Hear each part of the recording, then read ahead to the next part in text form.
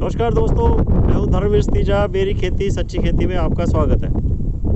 हम कई सालों से गेहूं में गुल्ली डंडे को कंट्रोल करने के लिए हर साल स्प्रे करते हैं। अब तो दो बारी तीन बारी स्प्रे करना पड़ता है। कितना खर्चा हो जाता है। क्या ऐसा नहीं हो सकता कि एक ही बारी में स्प्रे करें और एक ही बारी में कंट्रोल हो जाए, दूसरे की नौबत ही ना आए।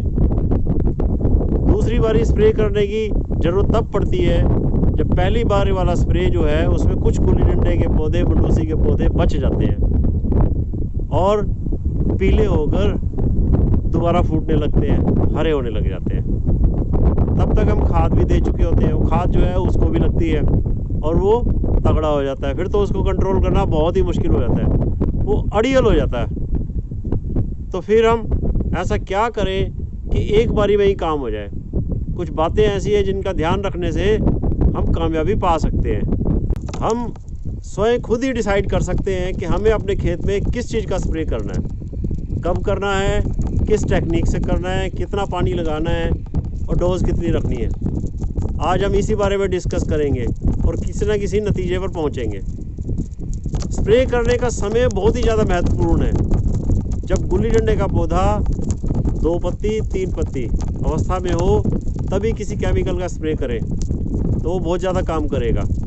अगर चौथा और पांचवा 5 पत्ते निकल आए तो पौधे की जो नीचे की जो जड़ होती है, जड़ के पास जो गांठ होती है वो गांठ मजबूत हो जाती है, उसकी जड़ भी बड़ी हो जाती है और वो खाद पानी आसानी से लेने लगता है और मजबूत हो जाता है। तब उसको मारना बहुत मुश्किल हो जाता है। तो इसलिए सिर्फ और सिर्फ गुल्ली डंडे के पौधे की 2-3 पत्ती अवस्था में ही स्प्रे करें। ये तो एक थंब रूल हो गया। और किस केमिकल का स्प्रे करना है, क्या क्या मिलाना है, इसकी भी बात करूंगा।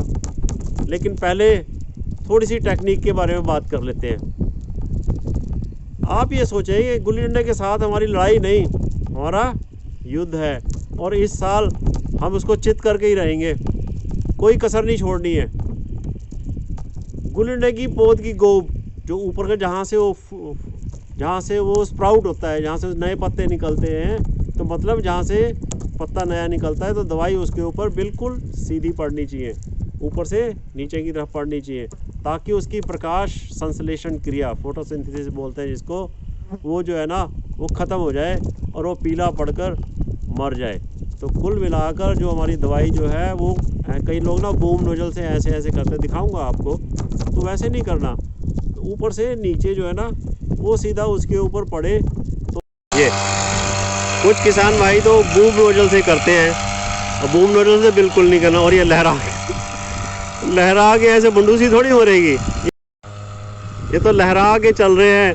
ये तो 100% गलत है, बिल्कुल 100% गलत है। ऐसे नहीं करना है। मैं आपको दिखाता हूँ कि किस नोजल से और कैसे करना है। ये देखें कैसा लग रहा है आपको, है ना मज़ेदार बात। बिल्कुल सही तरीका है। इसके अंदर 4 कट नोजल लगी हुई है, 6.5 फुट की नोजल है। 1 एकड़ आने जाने में 20 लीटर पानी लग जाता है। 1 एकड़ में 10 टंकियाँ आराम से लग जाएंगी, 200 लीटर पानी लगा सकते हैं हम। ये नोजल है। ये मंडूसी नहीं बचने वाली। आप खुद ही डिसाइड कर लो क्या लगता है।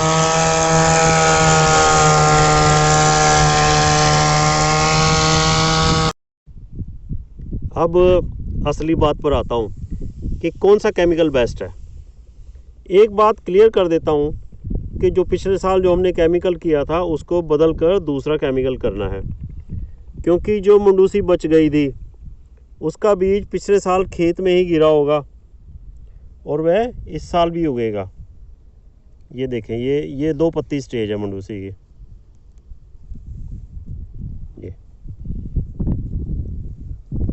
ये है मंडूसी तो उगी हुई है।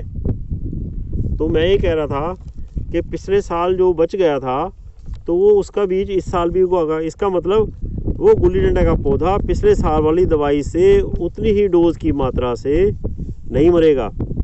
आओ वो जो है उस दवाई के प्रति अड़ियल हो गया है, रेजिस्टेंस डेवलप कर ली है।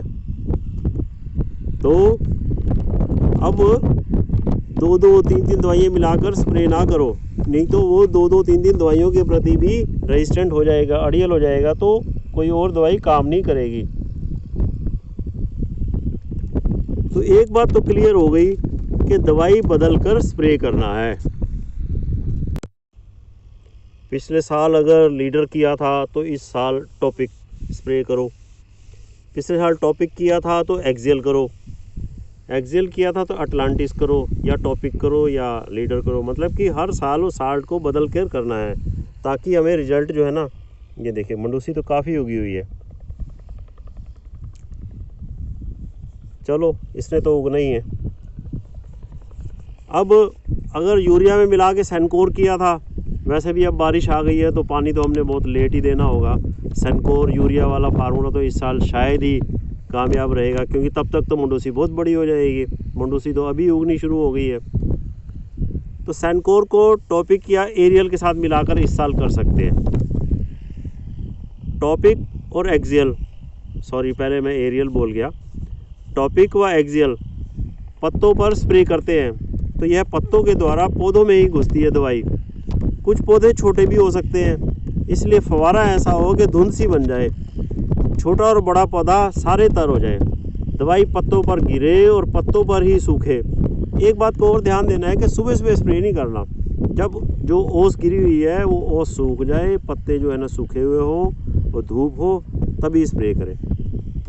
अब सेनकोर की बात करूं तो सेनकोर जो है ना पत्तों के द्वारा भी और जड़ के द्वारा भी, दोनों तरफ से पौधों के अंदर घुसता है।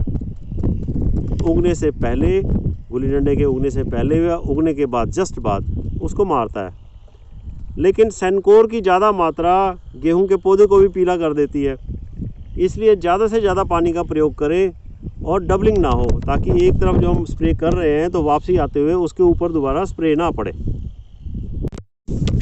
अब आज की डेट में ना जो गुल्ली डंडे के पौधे हैं वो अड़ियल हो चुके हैं, किसी भी दवाई से काबू नहीं आ रहे। हम जो है ना काफ़ी दवाइयों को बार बार कर चुके हैं, बहुत ज़्यादा मात्रा में कर चुके हैं। तो इसलिए अगर टॉपिक वाला साल्ट यूज़ कर रहे हैं तो कम से कम 1.5 डब्बा और 50 ग्राम सेनकोर 180 से लेके 200 लीटर पानी में 2-3 पत्ती अवस्था में बहुत अच्छा रिजल्ट दे सकता है। 50 ग्राम सेनकोर जो है ना मैक्सिमम ही है टॉपिक के साथ। अगर एक्सियल प्लस सेनकोर करना है तो एक्सियल जो है ना 400 ग्राम की डोज़ है। अगर आप डोज़ बढ़ाना चाहते हैं तो 500 ग्राम से ज़्यादा ना करें प्रति एकड़। इसके साथ सेनकोर जो है ना 50 ग्राम मिला सकते हैं। पानी फिर वही कहता हूँ, तो 180 से 200 लीटर पानी 2-3 पत्ती अवस्था में करना है, तभी हमें बहुत अच्छा रिजल्ट मिला है। अच्छा, एक और प्रोडक्ट है, बहुत अच्छी प्रोडक्ट है, बायर की है, एटलांटिस।